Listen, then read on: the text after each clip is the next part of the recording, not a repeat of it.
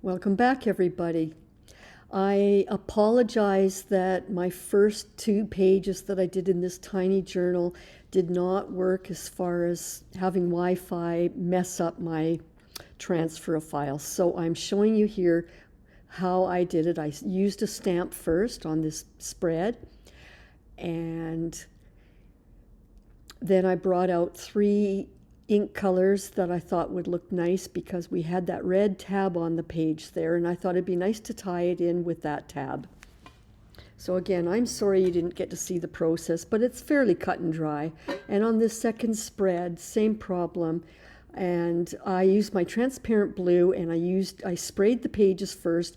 I dabbed the blue on there, spread it around unevenly, and then I grabbed out some of my favorite background tissues to put over top with matte medium to make a cover. And I also had some scribble there that I added, and that's how I got it from a tissue like that.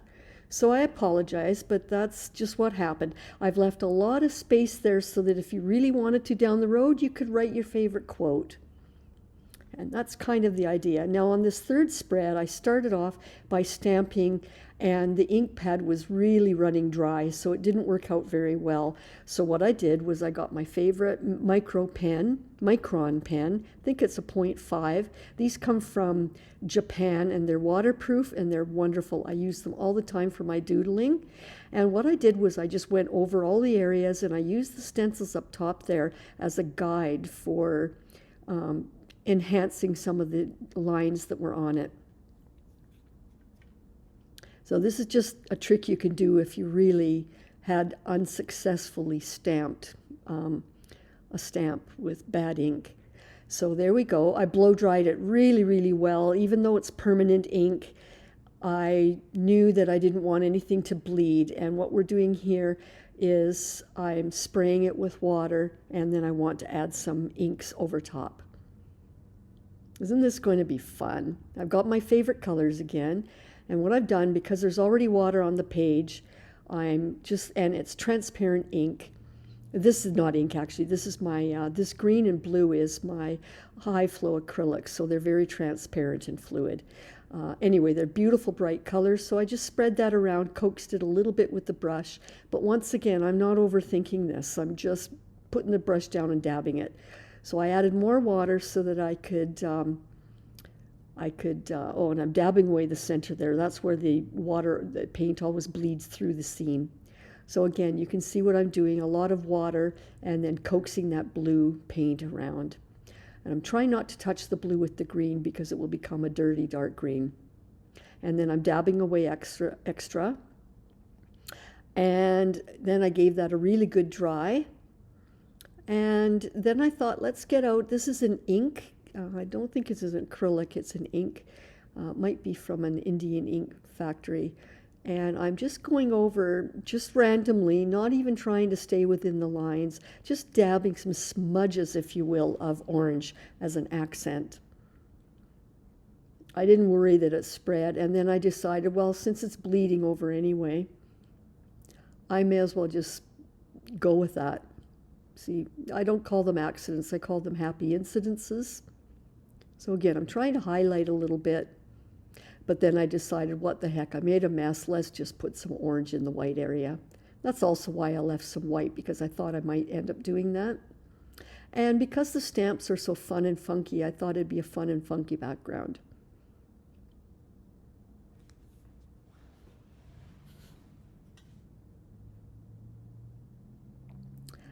And since I wiped too much away, I just reapplied. Got a little bit messy there, but I knew I could always spray that and dab it while it's still wet, and always dabbing that center seam.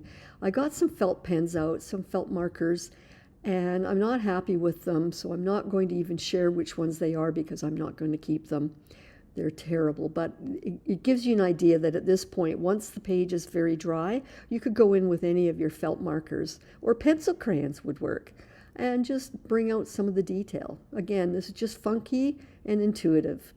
And I purposely didn't fill in the entire shapes. I just sort of highlighted with some color. But pencil crayons could have worked, possibly not overtop the ink. It's probably better to use a felt marker. And then I got out, as you know by now, I like to get my transparent tissue papers that I've printed and put smudges and colors and stencils from my stash. And I decided I like that green. Let's bring out this one that's got, it's basically splashes of green all over the tissue.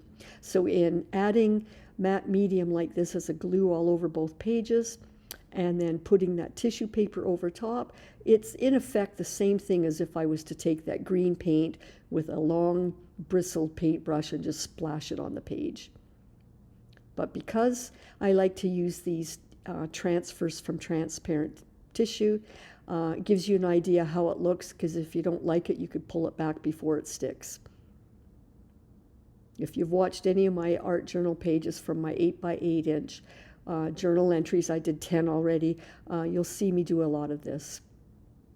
I'm cutting away excess tissue right there, but I really pretty much cut most of it away once everything's very dry.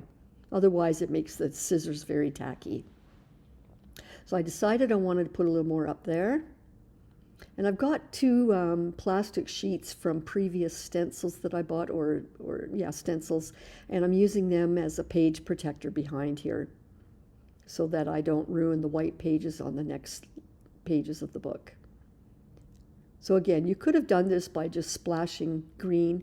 And then I knew I had this as well in my stash, and it's just some very bold, distressed looking stripes. I thought I'd run that along the bottom of the spread. Always put that big brush in water in between use, because otherwise you ruin the bristles. That matte medium glues into it and just ruins your brush, and I've done that before many times. So I'm just using part of it that I want, and then I will eventually just remove that tissue that's not used. Again, press really hard in the seam.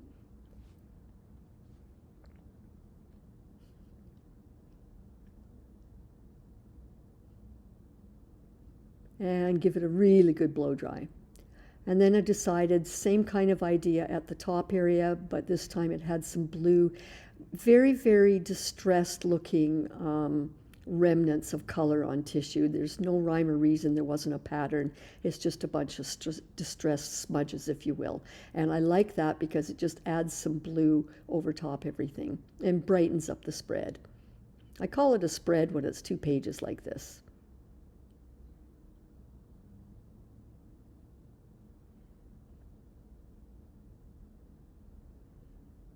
And I'm not being perfectly, I'm not doing things perfectly here. Again, it's just, this is just our little soul journal. This is not for perfection for a show or a gallery. This is just us having fun in a soul journal. And it's all about, in this little tiny book here, I think they're about 4 inches by 4 inches. This is strictly, I purposely use these little books because it allows me to be very intuitive and not worry. So that's a close-up of how it's looking. And because it bled badly through to the next spread, I decided let's bring out some blue here and go with it. There's nothing I can do about it. It bled through, so let's just work with it. I decided to do my typical mark making that I start most of my abstracts using pencil crayons. These are not water crayons, they are waterproof. So they will show up unless the layers I put over top are opaque. So some of these areas may show up further along.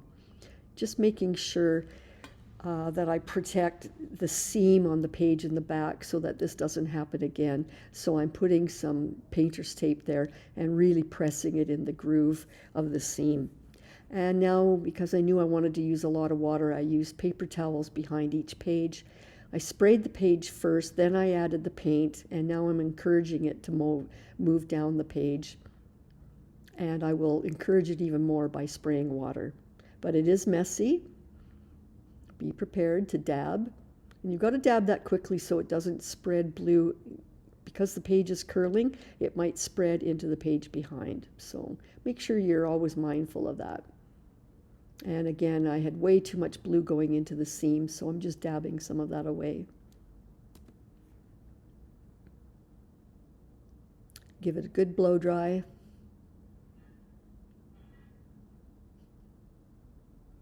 And let's do the other side.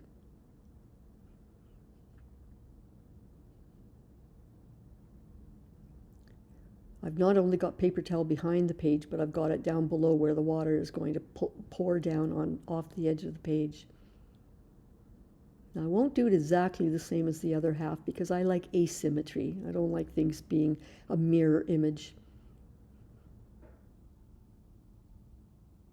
And I wanted to add a little bit more depth of blue to cover that smudge that was there in the first place.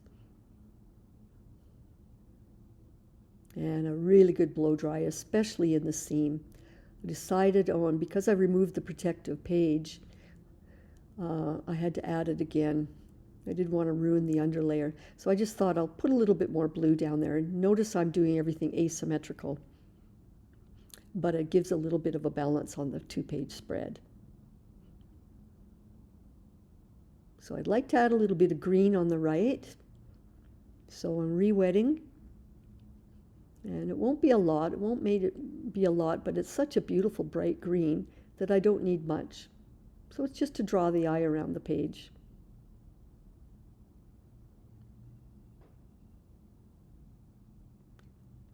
I've got a jar with water on the top left of the screen there. So that's where I'm putting my brushes in between use.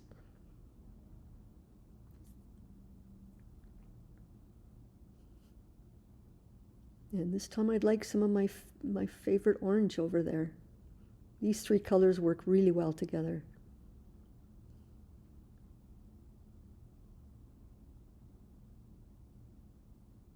Now I'm purposely making these very bold blobs of color because when I put tissue with a print over top, you need a strong color underneath so that it really pops through. I gave a really, really good long dry because the pages seem to be very wet.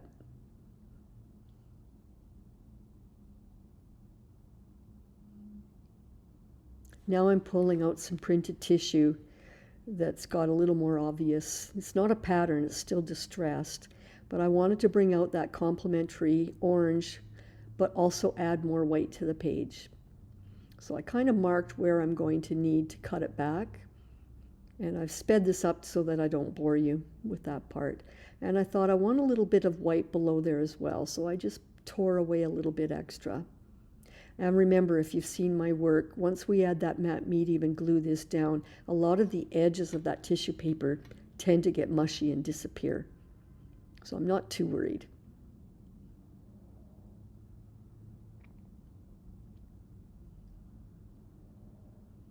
Make sure to get the matte medium in the center as well so that it also seals that seam.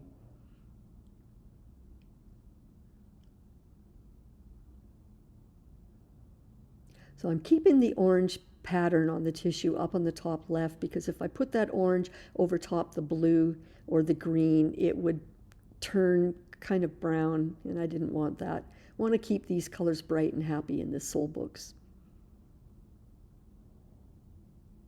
Happy, cheerful colors is what cheers me up. It needed a little bit extra matte medium down there because I'm overlapping tissues now. And again, getting a good press in the seam. And this time I'm adding printed tissue that's pretty much only white, not orange on that side. Again, for the same reason, I didn't want to turn it into a muddy brown. I just wanted to reveal the blue and the green with a little more white over it. So there's a good close-up. So let's do our next spread. Not too much bled through there in the seam, so that worked out well with taping the seam. I've got a lot of printed tissues in my stash, and these were fun because I used I put yarn over my gel plate, and then I put white paint over it, and when you pull the yarn away it becomes transparent. So now that I am placing that over top of this, you can see that wherever the paper is shows through. So in knowing that, I want to have really strong colors.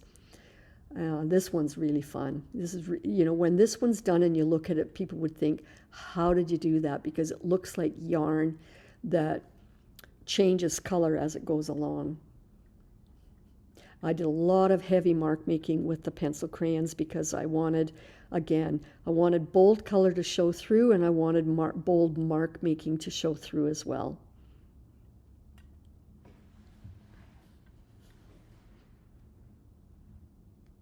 So knowing I'm going to spray this with water, I'm being very protective of the pages underneath and getting that tissue paper towel ready to absorb excess as it runs off the edge.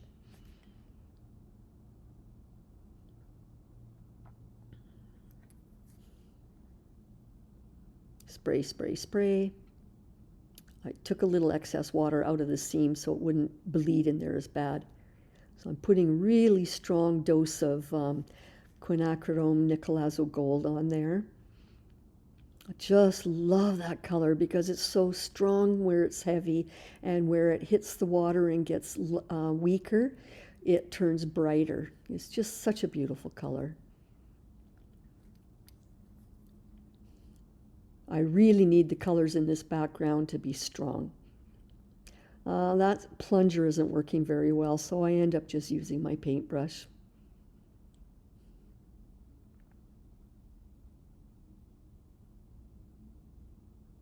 It may be yellow, but I want it to be very strong. So I painted directly and tried not to dilute it.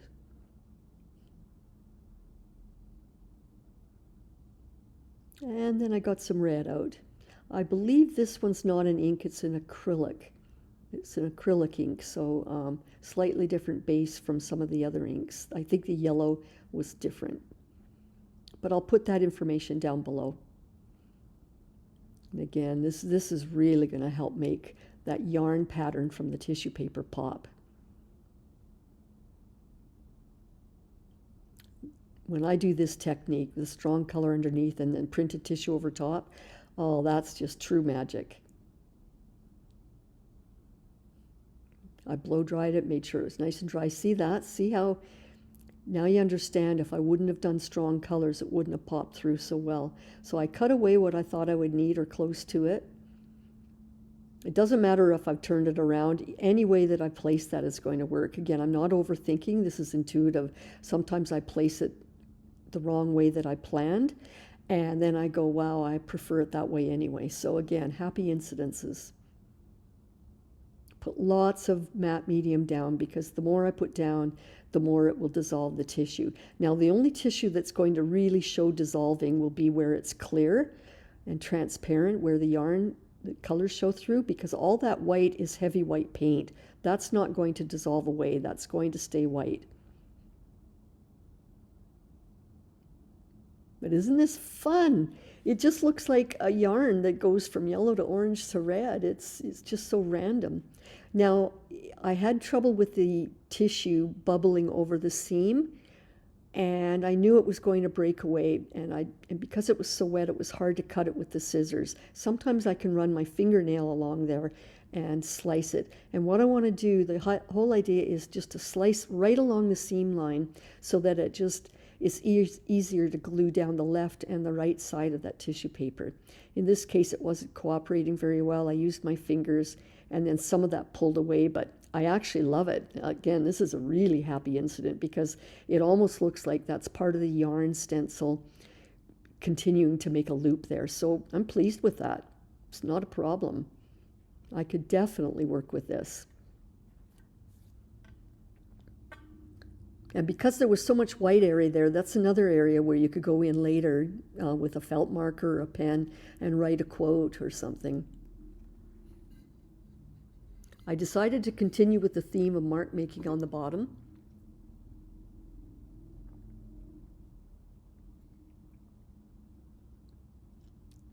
This time I want to show you something new. These are gelatos, and they are water soluble. They're like wax. It's like a tube of chapstick. Very intense color. You color it on like a crayon, and if you left it like that, it would just look like a crayon. But you can either smudge these or get a wet paintbrush and dab them with water and turn it into water. Turns it into paint. I really, really enjoy doing these when I make cards, and I do this as a background. So I'm just trying to show you layering on yet again another technique. I have so many supplies. Over time, you'll see all sorts of different options of supplies to use. I want to keep this with blues and greens and keep it really happy and cheerful. And again, and I'm trying to fill all the areas. If you smudge them together, you have to press hard like there with your finger. You can smudge them and spread it out a little, and it won't be so messy. Once I add water, you will see at the beginning that the more the water and the more I press the brush spreads over top these colors, it blends them and makes them muddy. So I'm trying to be mindful of not pressing too hard when I add the water.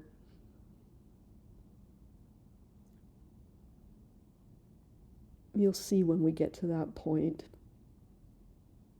But these are a really great tool. And these are a great supply to have if you do art when you're traveling, because you don't need to have messy paints. And you'll see right now when I use a wet paintbrush and dab it with a lot of water, that got a little muddy. So what I did was I took the spray bottle next and I sprayed over the page, and that made it a little bit easier. But I still ended up starting to make a little bit of mud. Some of those colors, once I spread them with water, didn't look as bright as they were when I put them down. And again, I'm not trying to contrive too much. I'm not trying to control it. I'm just trying to dab a bit, give it a really, really good blow dry. And again, because they are water soluble, I'm spraying a fixative over top and letting that dry so that when I glue this down with matte medium, I won't spread those colors more, because really they're on there with the water, but they could easily smudge and turn into mud. So definitely do the fixative,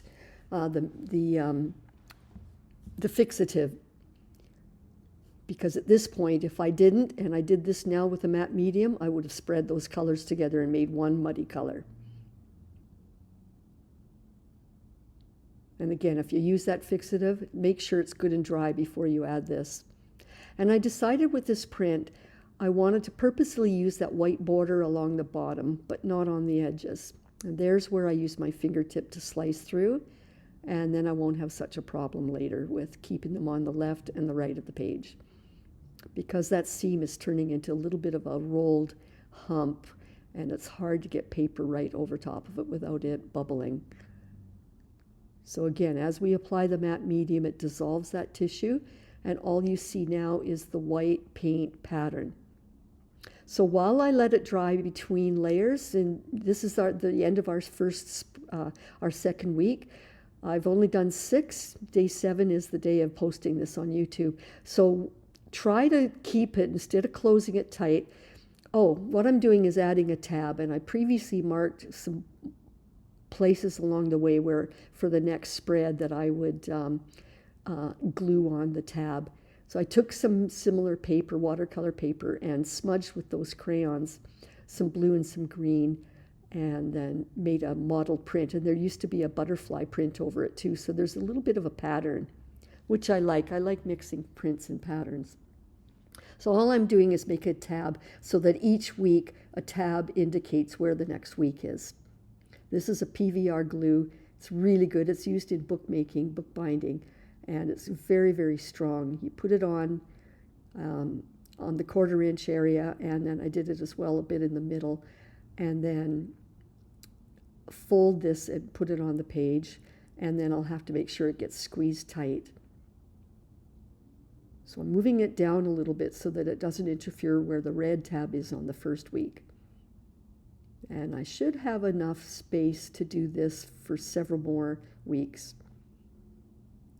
So I'm just making sure it's pressed and that the glue gets wiped off, any excess that bled through. And then I'm keeping a clip on it for the rest of the day while it dries. So that's the end of our second week, sorry. And again, keep this on your table or put it into a place where for several days, if you can, let them dry without touching each other.